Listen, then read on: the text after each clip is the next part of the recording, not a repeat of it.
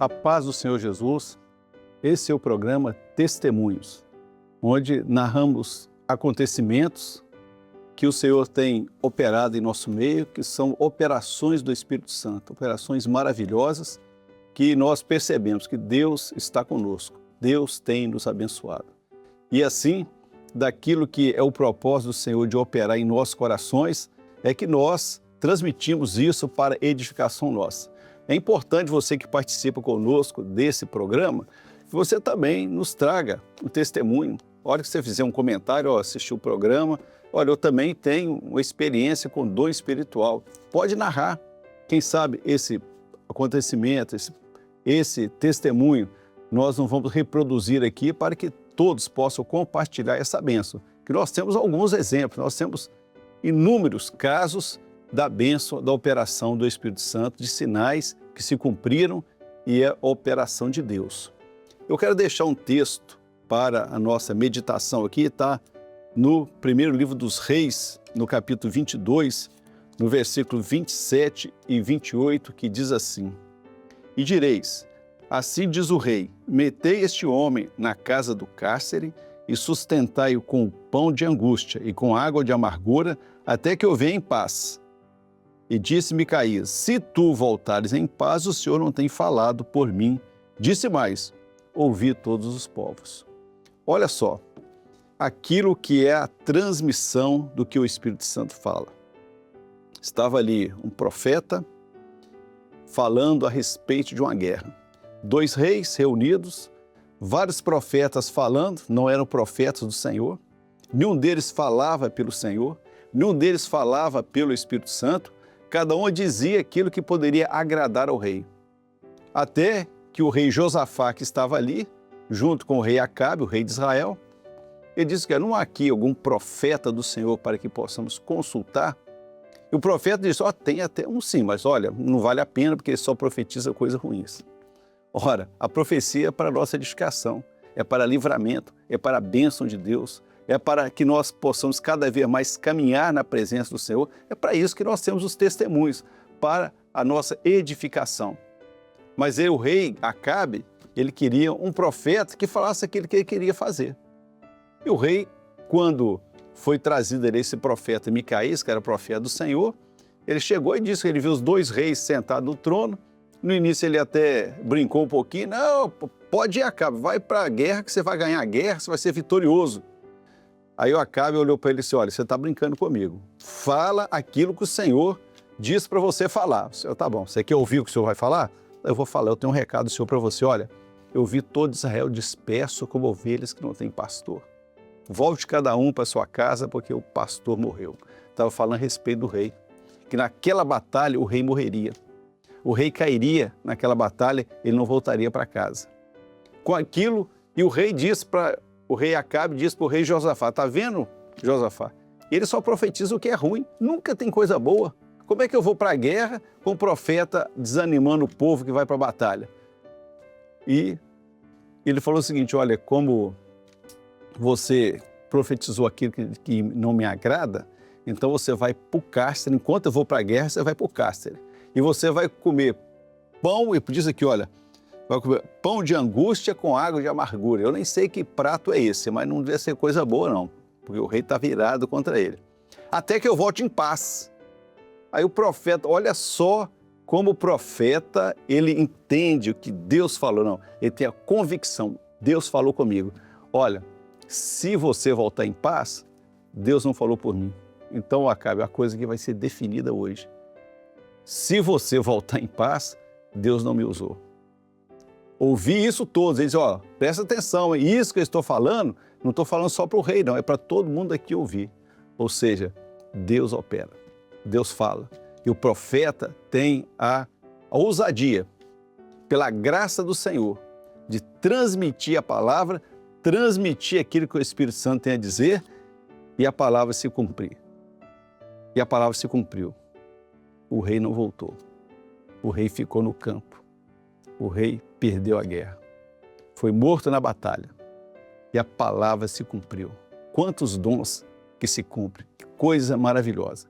É o cumprimento da profecia, é o cumprimento da palavra. Agora vamos ouvir um testemunho ou dois que vão nos edificar naquilo que é a palavra de Deus e o cumprimento da profecia.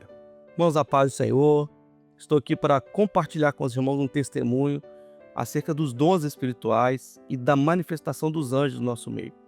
Um jovem da nossa área, da área onde eu pastoreava, em Cariacica, hoje nós estamos em Vila Velha, mas esse jovem era da área de Cariacica e ele participava da equipe de bombeiros do Manaim na época.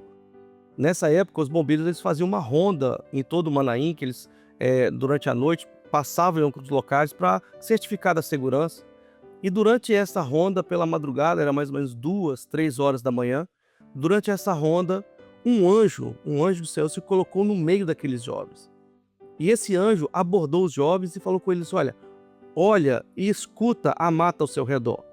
Só para explicar para os irmãos, as matas, principalmente a Mata Atlântica, na região ali do Manaim, a mata ela faz muito barulho à noite. Vários passarinhos, outros animais, sapo, ficam fazendo barulho durante a noite, além dos ventos. Isso é natural nas matas brasileiras, principalmente na Mata Atlântica, que é a região do Manaim. Mas o anjo então se colocou no meio deles e falou assim: olha, escuta e olha a mata ao seu redor. Quando aqueles dois jovens foram observar a mata, eles viram que toda a mata estava em silêncio. E os ventos tinham parado de soprar. E aquilo não era natural, e eles ficaram ali maravilhados e até perplexos. Mas aí o anjo do Senhor falou com eles: Deus está neste local. E quando Deus está aqui, toda a terra se cala. Meus irmãos, aquela experiência foi uma experiência que marcou a vida daquele jovem. Marcou de uma forma a sua trajetória espiritual para sempre. Ao ponto de que uma experiência notável com o anjo do Senhor que se colocou no meio deles, e ainda com uma operação em volta nas matas, ali a mata ficou em silêncio, os ventos pararam de soprar, mostrando que Deus estava presente com eles. Aquela experiência marcou a vida daquele jovem para sempre. Ficou uma experiência absoluta na sua vida.